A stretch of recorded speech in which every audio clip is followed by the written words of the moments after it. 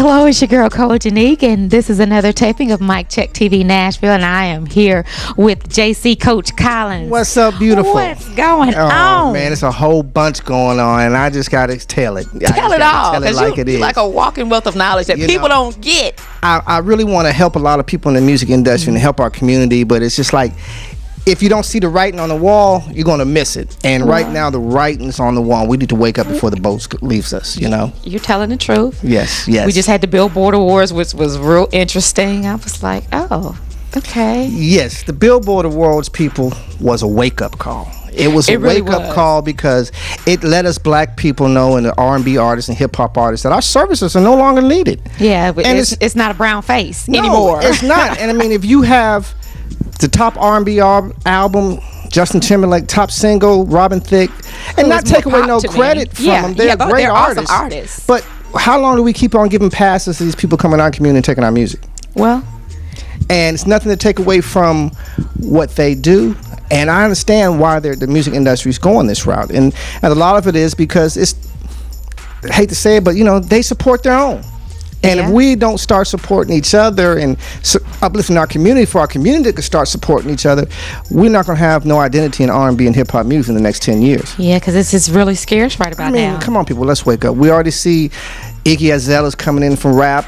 Taking over. They were Lord like, she's the new face of rap on a magazine cover. And I was like, okay. And what they're saying is, yeah, it's a thing where it's a devised plan to slowly trickleate these people in there, and they use us to give them the card to come in, but the problem is with our community is we have gotten away from supporting each other. Look at that too, but we've got away from music with a purpose. Yeah. If you look back in the days when music first started, we sung music for a slave, doing the slave and the hymnals to overcome and through adversity. And then when music touched you. And that's when it goes into the 50s and 60s and 70s when soul music came.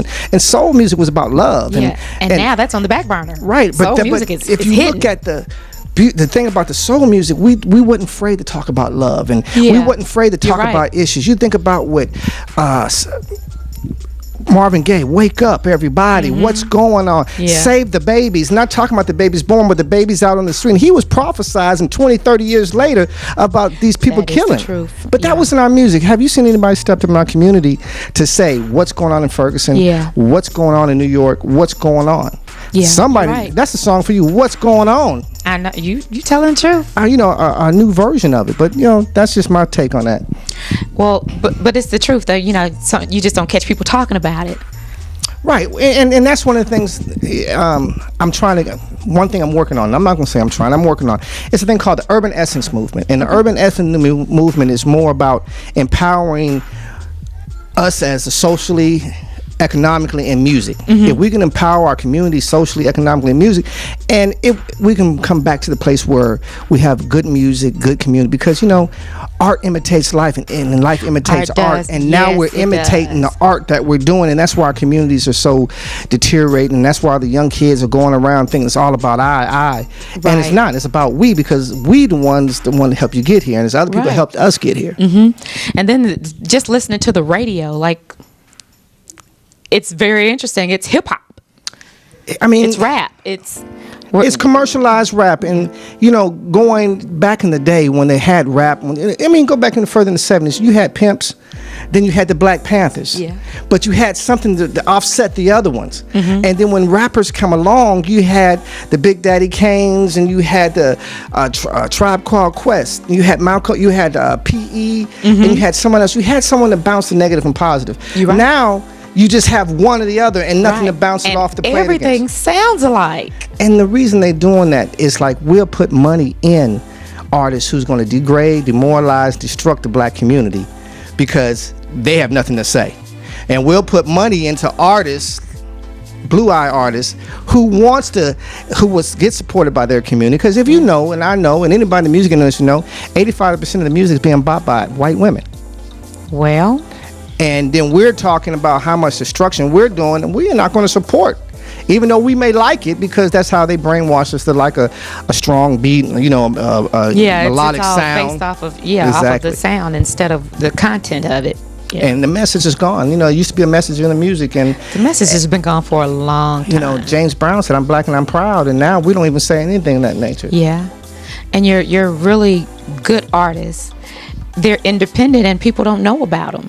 Well, and that is a great that they've gone independent, and that goes back to what we talked about before, about being a musicpreneur, and that's being a music business entrepreneur. In this new industry, this new economy, you have to become an entrepreneur in the music industry. Yeah. You can't solely rely on the record labels to support you in the way that you want to be supported. Or just your talent alone. And just your talent alone. Yeah. But if one day you people listen to my formula I'm about to tell you, called CLAMP, Concept, Lyrics, Attitude, Music. I'm going to change the last one to Products. Say that one more time. CLAMP, Concept, Lyrics, Attitude. Concept, Lyrics, Attitude. Music and Performance. Music and But performance. I'm going to take that performance part back and say product. What is your merchandise product? Because you got to use your music as your marketing tool to say, here I am. Right. And when you do shows, you got to have something in hand. You got to give people something to go home with. Yeah, but how we give them a little T-shirt, we give them a little CD. No, we got to be creative, innovative. We got to step out the box, because right now I don't like the box. It's got you got to step out and burn it. And right now we have to be originators, not duplicators. And when I'm saying that, it's like, Cole, you have this beautiful bracelet on, and you have these pieces. Why those are not your pieces? Yeah. Why that's not your signature piece? Has a point. So when you go to the concert and say, raise your bands in the air, they know what you're talking about. Yeah. And now guess what? I got some bands in the back of the audience. You want some? You see what I'm saying? Yeah. These are the products. We have to get to the point where we use this music funnel called like the rabbit tail. Not the rabbit tail, the kangaroo tail, where we have a funnel. In the funnel, we have to get them in as wide. But as the funnel goes down, it gets narrow. And my thing is this. If you say you have all these friends on Facebook and social media, my thing is I challenge you to get 1,000 followers, true followers, and get $100. That's what it's all about, instead of numbers. Right. Get 1,000 Who's followers. truly following what you're doing. Get 1,000 followers. Supporting what you're doing. And with those 1,000 followers, get $100 from them throughout the year. If you get 1,000 followers for $100, that's $100,000 a year. And now break that down when you say $100 out of the year. Break that down in what? Like I was going back into the funnel. We first have this music funnel, and Mike's going to show a screen of a music funnel a little bit later here. And the funnel, first thing we may get them in the funnel is give them an MP3 of a single. Oh, it's like a drug dealer. We got to get you a taste of it. Right. I'm going to have to get you a taste. You're Then gonna once come you back get for a more. taste, right. I'm going to have now that you have the taste of it, okay, you know what? You want more of it? I'm going to give you a bigger dose. Here go an EP for 99 cents.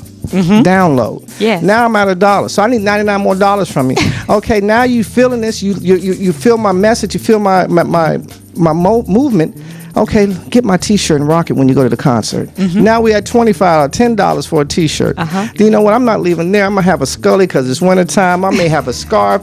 I may have something. So each one now I'm at $50. Now, okay, guess what? If you're part of this fan club memberships, you get to see some of my videotapings when I'm in the studio, how I make my music, my backstage. That's another $25 a month membership. So awesome now we go down. Okay, you know what? You're an artist. You're a songwriter. Let's write a song together. You want one of my songs? We can write together. That'd be $75. So the sky's the limit of how creative you are to get them in the funnel to get that you $100. was real creative for you to put that thought process together. Because when you think about it, you think about someone's just gonna give you $100, but that's not what you're saying. Well, it's called they're supporting what you're doing. It's called fan equity. Fan equity is like home equity. You can't get a house and say, I'm going to take the things out and don't put nothing in the house. You got a point. And like for a fan, you can't tell a fan, buy my music, but you're not giving them nothing for a return. And I tell artists, why somebody want to buy? Because I'm the bomb. The bomb what? Exactly. But, you got to bring the fan equity into it again. And let's give them something before we can get out something. Well, you just gave out the best information. And we're going to take a short break, but I am your girl, Cole Jonique, and this is JC Coach Collins, Mic Check TV Nashville. Mic Check, Eagle Music 360, y'all.